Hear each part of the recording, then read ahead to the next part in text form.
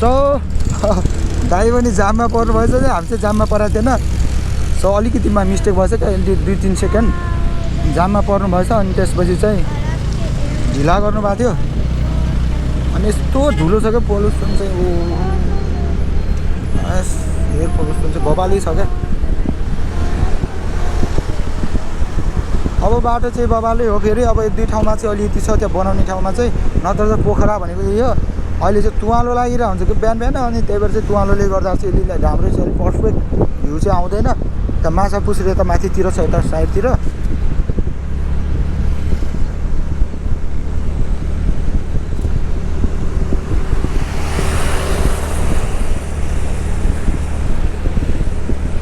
अब बिस्तारै आफ्नै धुनमा हिँड्ने हो अब एकछिनपछि एयरपोर्ट आउँछ त्यो साइडबाट हिँड्नु होइन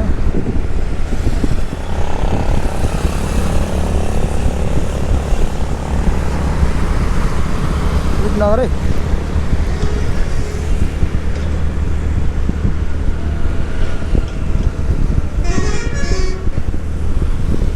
अब चाहिँ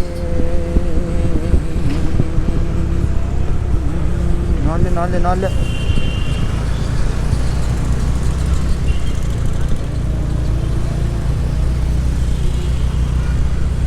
धुलो क्या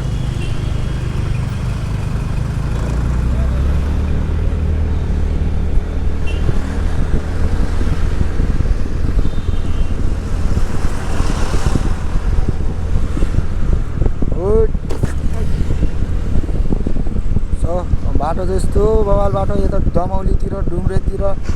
खैरेनी पुग्दासम्म चाहिँ बवाल बाटो छ क्या अनि त्यो अहिले चाहिँ बवाल मजा आउँछ यत्तिकै लगभग 40 को स्पिड हाने पनि बवाल मजाले गइन्छ क्या अरे अरू त यस्तो झाउ लाग्ने पहिले त आमामा बाटो घादरङ घुद्रुङ चाक दुखेर आँखामा धुलो परेर यस्तो झ्याउ भेजा हुन्थ्यो अहिले त ठिक छ बवाल र चाहिँ धुवा धुलो चाहिँ बवालपट्टि बेसी क्या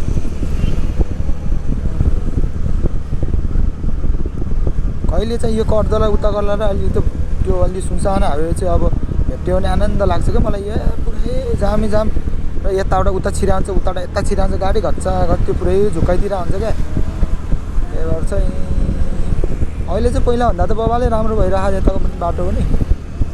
अब एकछिनमा चाहिँ हामी सायद एयरपोर्ट कता जस्तो लागिरहेको थियो मलाई एयरपोर्ट म पनि खासै यता घुमेको छैन नि त बाटोमा हेर्दा हाइवेमा देखेको थिएँ त्यही भएर चाहिँ मैले चाहिँ भनेको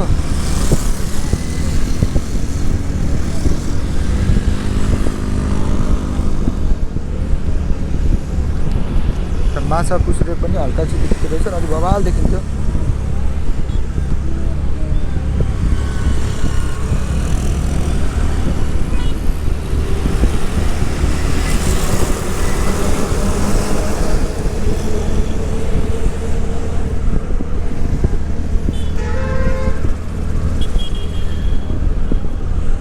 चालीसको स्पिडमा हिँड्दा छु म चाहिँ होइन 40को स्पिडमा नि बबाली हाम्रो चाहिँ हिँडिरहेको जस्तो लागिरहन्छ मलाई चाहिँ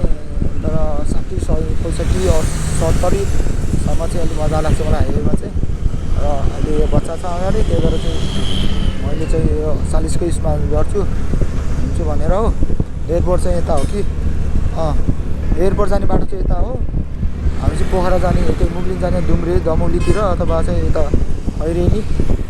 अनि मुगलिन काठमाडौँ चितवन जानेलाई चाहिँ बाटो यो चाहिँ यो बाटो हो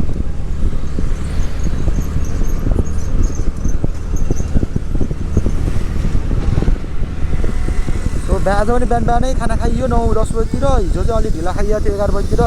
माथि आज चाहिँ त्यो बहिनीले चाहिँ खाना खाना आउनु नि त भनिरहेको थियो अनि ल त भनेर चाहिँ खाना खायौँ त्यहाँ पोखरामा चाहिँ त्यसपछि अब हामी चाहिँ यहाँ लाग्यौँ अब आज चाहिँ छ क्या यहाँ पुरै धुलो यो बाटो त्यो बाटो सिद्धियो भने चाहिँ बल्ल मजा आउँछ क्या अब उताबाट ढाबाहरू त्योहरू आउँछ चुरोट खाना चिया खानालाई चाहिँ राम्रो हुन्छ उता नत्र चाहिँ यता अलि खासै उयो हुँदैन त्यहीबाट गइरहेको छ नि त के हो छन् ठाउँमा होला है फर्केर आउनुपर्छ फेरि के बनाउँदैछ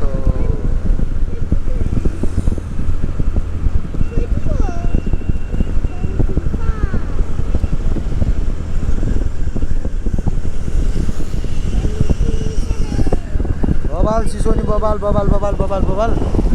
माछा पुसेर चाहिँ उता देखिरहेको छ माथि चाहिँ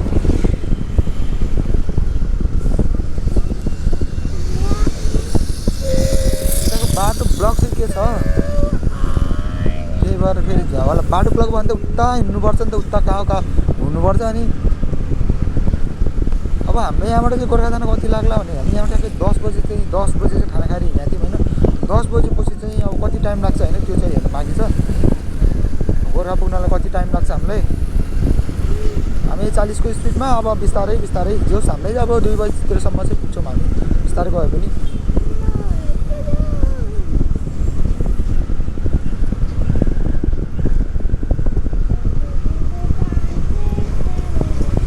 बाटै छैन कि हौ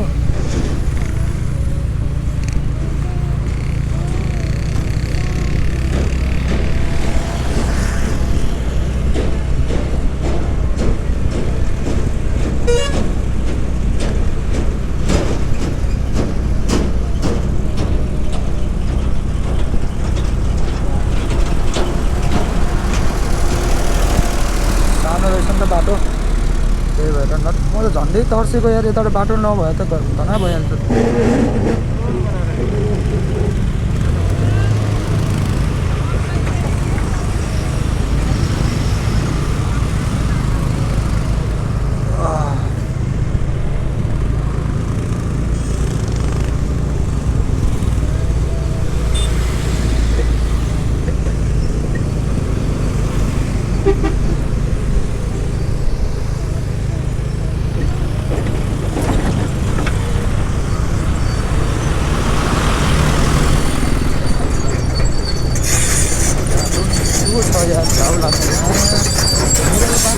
सम्झिन औडा लाग्छ मलाई पनौती बाटो लाग्छ क्या पनौती लास्टै पनौती बाटो चिप्लो सिधा कर सिधा यताबाट घाँस गाडी हालिरहन्छु उताबाट घाँस हाल्छ दिमाग खराब हुन्छ पनौती बाटो छ पनौती पुरै पनौती अहिले त पानी हालेबाट चाहिँ अलिकति धुलो चाहिँ उडेर होइन चिप्लो हुन्छ क्या फेरि झ्याउ हुन्छ पानी हालेबाट तनावै हुन्छ फेरि चिप्लोमा नि गाह्रो यस्तोमा फेरि लड्यो भने चाहिँ झ्याउ हुन्छ क्या गाडेर हुन्छ गाडीले खिच्ला भन्ने डर लाग्छ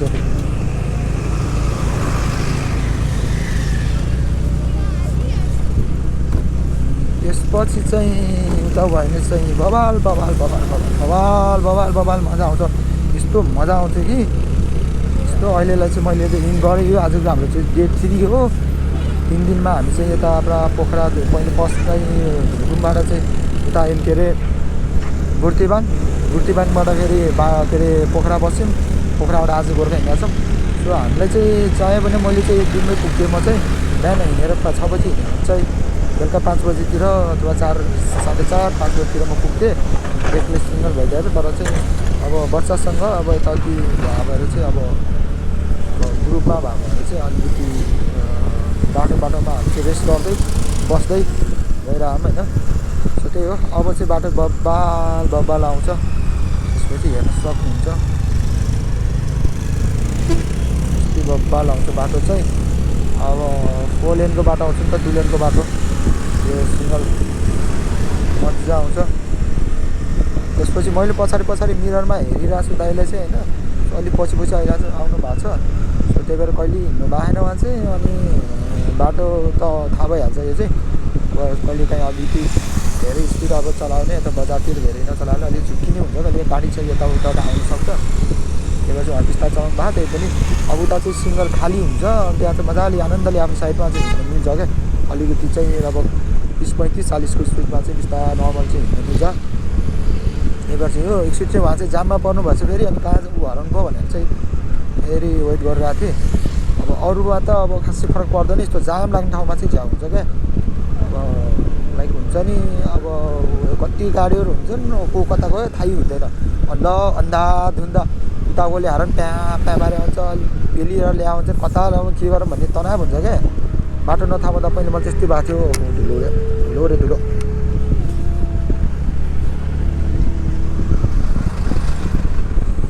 आँखामा धुलो पर्ने मेरो चाहिँ ऊ चाहिँ अहिलेसम्म पनि नरोकिने भयो क्या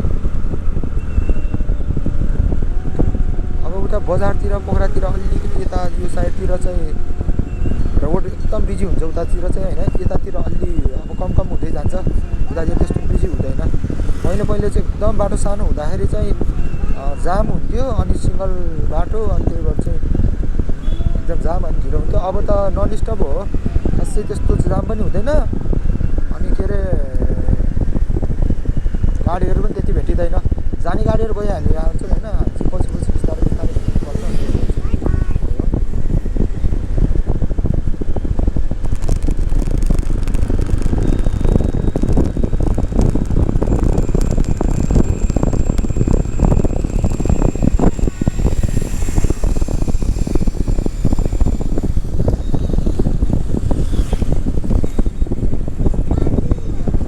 रोड खाने ठाउँमा आएपछि खाने हुन्थ्यो भनेर चाहिँ भनेको। जाडो भयो नि त बस्ने, जाडो जादु मे जादु भन्ने गीत आउँछ नि, के अरे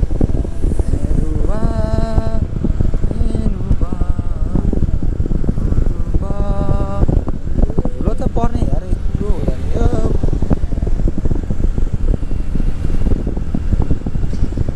र अहिलेलाई यति नै डे 3 को चाहिँ एउटा नेक्स्ट पार्ट हो, चाहिँ 2 पार्ट 2 हो। सो अब अर्को पनि कन्टिन्यू हुन्छ, टु बी कन्टिन्यू है। सो त्यही हो, अहिले चाहिँ आजभोलि म चाहिँ एडिट गरेर सबै एउटा भ्लगमा चाहिँ हाल्दैन,